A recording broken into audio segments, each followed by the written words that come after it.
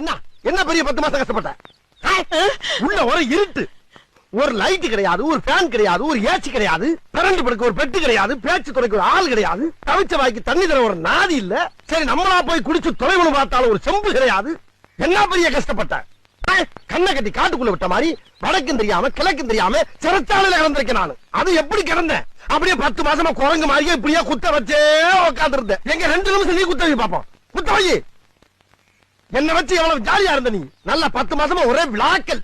வளகாப்புங்கிற பேர்ல வளையல் போடுறது, பூச்சுடுறது, புது புடவையா வாங்கி சுத்திக்கிறது, விருந்துங்கிற பேர்ல கண்ணதுகள் எல்லாம் குழைச்சு குழைச்சு உருண்டை கட்டியா உள்ள இறக்கி லோனை கொல்ல பார்த்தது இல்லாம கஷ்டப்பட்டாச்சு.